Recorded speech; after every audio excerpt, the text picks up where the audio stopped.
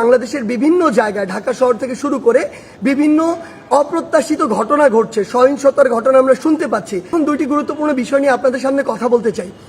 একটি বিষয় হচ্ছে যে আমরা আপনাদেরকে স্পষ্ট করে বলতে চাই, এই যে বাংলাদেশের ছাত্র সমাজ একটি এত বড় আন্দোলন করেছে, একটি ফ্যাসিস্ট একটি সরকারের যে একটি পতন ঘটিয়েছে, সেটি আমরা এই কারণে করিনি যে একজন নির্যাতক চলে যাবে আরেকজন নির্যাতক এসে সেই জায়গাটি নিবে। এটি আমরা আমাদের জায়গা থেকে কোনোদিনও মানব না। বরং এই যে নির্যাতনের যে প্রসেসটি রয়েছে, যে সিস্টেমটি রয়েছে, এই সিস্টেমটি ছাত্র সমাজ বা বর্তমান বাংলাদেশের যে প্রজন্ম তারা চায় না। সেই নির্যাতনের সিস্টেমটি চেঞ্জ করার জন্য আমরা আমাদের এই আন্দোলনটি করেছি, এই অভ্যুত্থানটি ঘটিয়েছি পুরো বাংলাদেশের মানুষকে নিয়ে।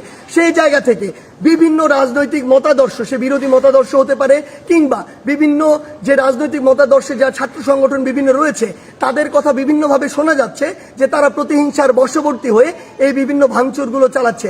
আমরা স্পষ্ট করে বলে দিতে চাই, এই বাংলাদেশে এরকম যদি অন্যায় বা অপরাধ যেগুলো হচ্ছে, এগুলোর অবশ্যই প্রত্যেকটির বিচার হবে। সেই জায়গা থেকে আমরা স্পষ্ট করি, আমরা কখনো আমাদের জায়গা থেকে এমন সহিংসতাগুলো সমর্থন করি না। একটি দল 15-16 বছর ধরে বাংলাদেশে এই একটি রেজিম চালিয়েছে, একটি যে স্বৈরাচারী ব্যবস্থা চালিয়েছে, আবার কেউ এসে যদি এটি চালায়, তাহলে আসলে পরিবর্তনটা হলো কি, লাভটি হলো কি?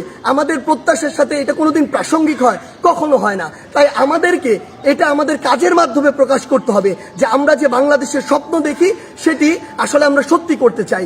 আরেকটি স্পষ্ট করে কথা বলতে চাই, সেটি হচ্ছে যে আমাদের যে সংখ্যালঘু ভাই বোনেরা রয়েছে, তাদের বিভিন্ন ধর্মীয় উপাসনালয় রয়েছে, সেগুলোতে অনেকেই চক্রান্ত করে আঘাত করার চেষ্টা করছে, অনেকে প্রোপাগান্ডা ছড়াচ্ছে, যা হচ্ছে না তাও বলছে।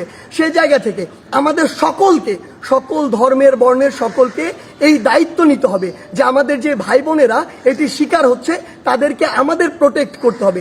একটি জিনিস মনে রাখবেন, 1971 যখন বাংলাদেশ স্বাধীন হয়েছিল, কোনো নির্দিষ্ট ধর্মের মানুষের কারণে স্বাধীন হয়নি।